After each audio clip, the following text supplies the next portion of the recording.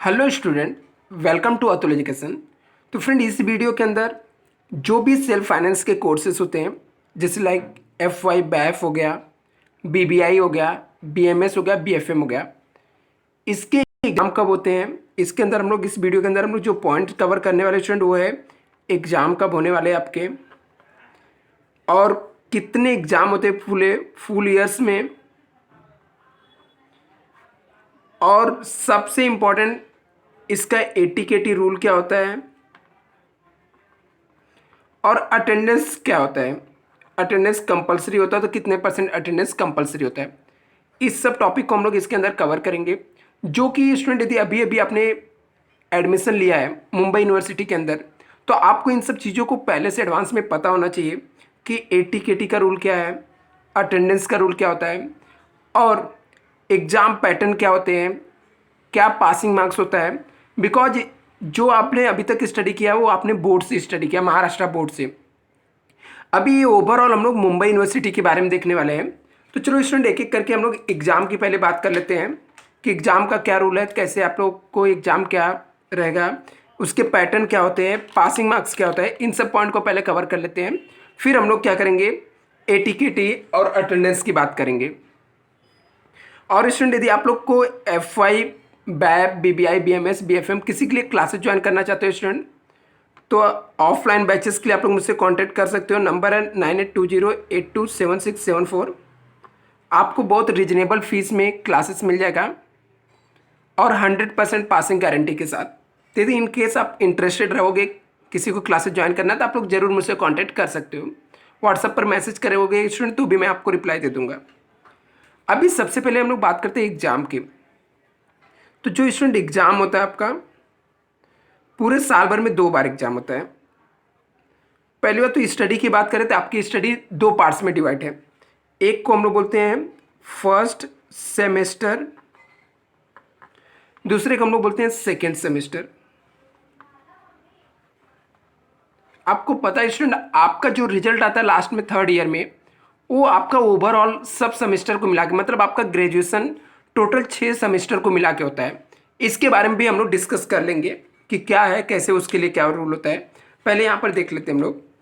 अभी आपका एग्जाम पूरे साल भर में कितने 2 सेमेस्टर में एग्जाम होता है। अभी एग्जाम की डेट क्या हो सकती है, आपका फर्स्ट सेमेस्टर का जो एग्जाम रहेगा, इसके जो एग्जाम होते हैं, फर्स्ट सेम में भी 2 एग्जाम होता है, और सेकंड सेम के अंदर भी आपके कितने एग्जाम होते हैं, 2 एग्जाम होते हैं। फर्स्ट सेम में एक एग्जाम जो होता है उसको हम लोग बोलते हैं इंटरनल एग्जाम। Internal exam. दूसरा जो एग्जाम होता है उसको हम लोग बोलते हैं एक्सटर्नल एग्जाम। इसमें भी आपका सेकेंड सेम में भी सेम रूल फॉलो होगा। एक आपका यहां पर इंटरनल एग्जाम होगा, एक आपका यहां पर क्या होगा, एक्सटर्नल एग्जाम होगा। External exam. पहले हम लोग सेमेस्टर फर्स्ट की बात करते हैं। तो सेमेस्टर 1 में जो आपका इंटरनल एग्जाम होगा स्टूडेंट, वो आपका टोटल 20 मार्क्स का एग्जाम होता है आपका, और 5 मार्क्स आपके अटेंडेंस पे होते हैं। मतलब क्लास परफॉर्मेंस अटेंडेंस ऐसे मिला के 25 मार्क्स, टोटल कितने, 25 मार्क्स हो गए। आपको यहाँ पर 25 मार्क्स मिल जाता है। यदि हम लोग बात करें एक्सटर्नल, तो 75 मार्क्स का आपका पेपर होता है। राइट। अभी इसके एग्जाम के टाइमिंग क्या हो सकते हैं, एग्जाम कब हो सकता है। तो अभी आपका कॉलेज अगस्त से 1 अगस्त से मोस्टली स्टार्ट हो जाता है। तो अगस्त सितंबर के 1 या 2 वीक तक, सितंबर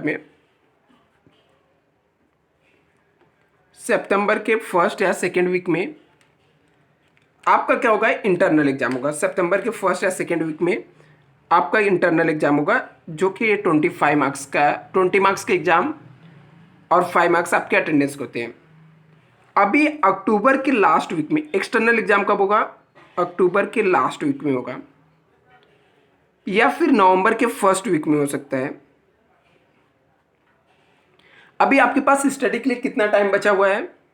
तो यदि हम लोग बात करें तो अगस्त से स्टार्ट हो रहा है, सितंबर, अक्टूबर, 2 महीने में आपको कितने टोटल स्टडी करने पड़ते हैं? टोटल 7 सब्जेक्ट है। टोटल मार्क्स कितने हैं? 700 मार्क्स है। 700 मार्क्स के लिए आपको स्टडी करना पड़ेगा और पासिंग परसेंटेज होता है 40%। मतलब पास होने के लिए आपको 40% मार्क्स हर एक सब्जेक्ट में आना चाहिए। जैसे 25 है, ये 25 मार्क्स का इंटरनल एग्जाम होगा, तो 25 मार्क्स का कितना 40% निकालना, तो अराउंड 10 के आसपास आएगा। ऐसे जो एक्सटर्नल एग्जाम होता है इसमें सेपरेट पास होना पड़ता है, इंटरनल में सेपरेट। एक्सटर्नल आपके कितने 75 मार्क्स के होंगे, तो इसमें आपको पास होना है, तो इसके अंदर जो है आपको 75 मार्क्स का 40% लाना है, जो कि अराउंड 30 मार्क्स के आसपास होता है। और ओवरऑल आपको 40%, मतलब 40 मार्क्स, 100 में से 40 मार्क्स होने चाहिए दोनों मिला के। ये आपके होते हैं पासिंग मार्क्स और एग्जाम के क्राइटेरिया। ऐसे ही सेम प्रोसेस स्टूडेंट यहाँ पर सेकेंड सेम में भी फॉलो होता है। इसके जो एग्जाम होंगे आपको जैन के लास्ट वीक में इंटरनल एग्जाम होगा 25 मार्क्स वाला, और इसके बाद आपका एक्सटर्नल एग्जाम जो रहेगा मार्च में हो जाएगा। मार्च में आपका क्या हो जाएगा? एक्सटर्नल एग्जाम हो जाएगा। अभी हम लोग बात करते हैं एटीकेटी का रूल क्या है। एटीकेटी क्या होता है और एटीकेटी का रूल क्या है, उसके बाद अटेंडेंस की बात करेंगे। एटीकेटी सबसे इंपॉर्टेंट यहाँ पर जो मुझे बताना है आपको। अभी स्टूडेंट एटीकेटी की बात हम लोग करते हैं, तो एटीकेटी का मतलब समझ लेते हैं। एटीकेटी एटीकेटी होता क्या है स्टूडेंट एक्चुअली में? जैसे आप मान लेते कि आपके पास 2 सेमेस्टर है, यहाँ पर हम लोग सेम 1 की बात करते हैं और यहाँ पर सेम 2 की। ओके, इसके अंदर आपके टोटल कितने सब्जेक्ट हैं? यहाँ पर आपको 7 सब्जेक्ट है, यहाँ पर 7 सब्जेक्ट है, राइट। अभी मैंने बताया कि पास होने के लिए आपको 40% मार्क्स चाहिए। पास होने के लिए कितने मार्क्स चाहिए? 40% मार्क्स आपको पासिंग मार्क्स चाहिए, यहाँ पर भी, यहाँ पर। एग्जाम अभी टोटल एग्जाम कितने हो गए? सेमेस्टर 1 में 2 एग्जाम हुआ, एक इंटरनल हुआ और एक एक्सटर्नल हुआ। यहाँ पर भी 7 सब्जेक्ट हुआ, यहाँ पर भी 7 सब्जेक्ट। तो ये टोटल 7 टोटल 14 सब्जेक्ट का आपने एग्जाम दिया। और इस 7 में से मान लेते कि आप क्या होते हो, 7 सब्जेक्ट में से फेल हो जाते हो। यहाँ पर क्या हो जाते हो? आप फेल हो जाते हो। 7 सब्जेक्ट में से 7 14, टोटल कितने हो गए? 14 सब्जेक्ट हो गए ना। ये 14 में से 2 सब्जेक्ट में आप फेल हो गए। अब 2 से ज़्यादा में भी फेल हो गए तो भी कोई इशू नहीं, मैं बताता हूँ यहाँ पे क्या है। लेकिन यदि आप 2 सब्जेक्ट में फेल हो गए तो इसका एग्जाम होता है, वापस से री एग्जाम होता है, जो कि मोस्टली कॉलेज क्या करते हैं, मार्च मंथ में एग्जाम लेते हैं। मान लो यहाँ पर 8 सब्जेक्ट में आप 8 एग्जाम में फेल हो गए हो, 8 सब्जेक्ट में, तो भी मार्च के एग्जाम देकर आप क्या कर सकते हो? पास हो सकते हो। लेकिन मार्च के एग्जाम देने के बाद ये टोटल आपके 7 14 सब्जेक्ट में से सिर्फ और सिर्फ कितने में आप फेल रह सकते हो?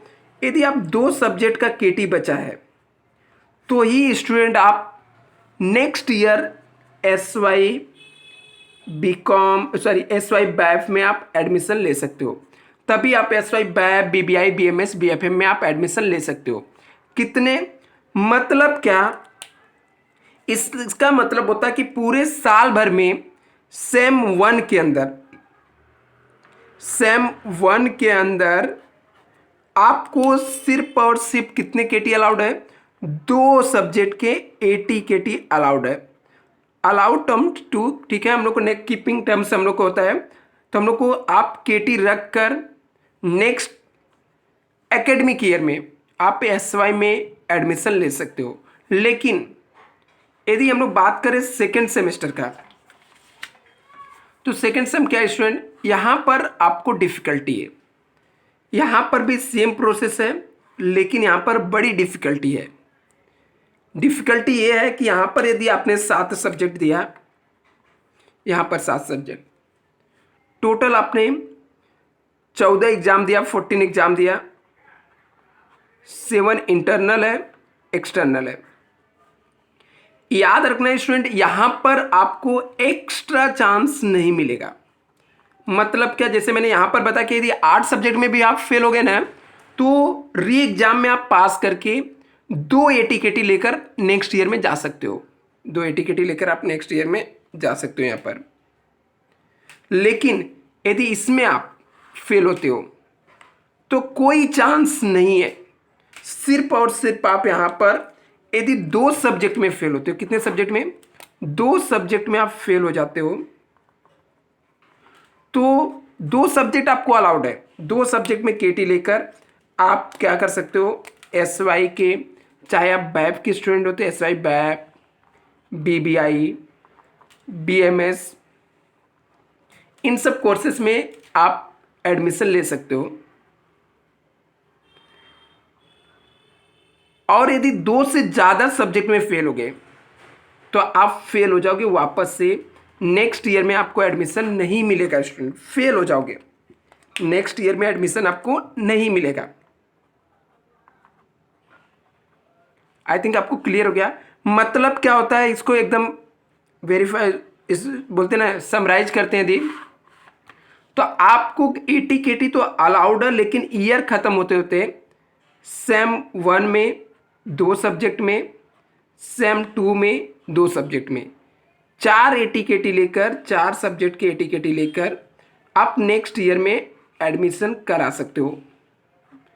फिर नेक्स्ट ईयर के लिए भी यही सेम प्रोसेस आपको फॉलो करना है, लेकिन क्रॉस एटीकेटी नहीं बचना चाहिए। उसके बारे में हम लोग बाद में डिस्कस करेंगे। अभी हम लोग आते हैं अटेंडेंस की बात करते हैं। तो स्टूडेंट, आप जो मुंबई यूनिवर्सिटी है, इसका रूल है कि कॉलेज के अंदर अटेंडेंस 75% अटेंडेंस होना चाहिए। मतलब जितने भी लेक्चर होते हैं उसके 75% लेक्चर आप अटेंड करना चाहिए, आपको अटेंड होना चाहिए।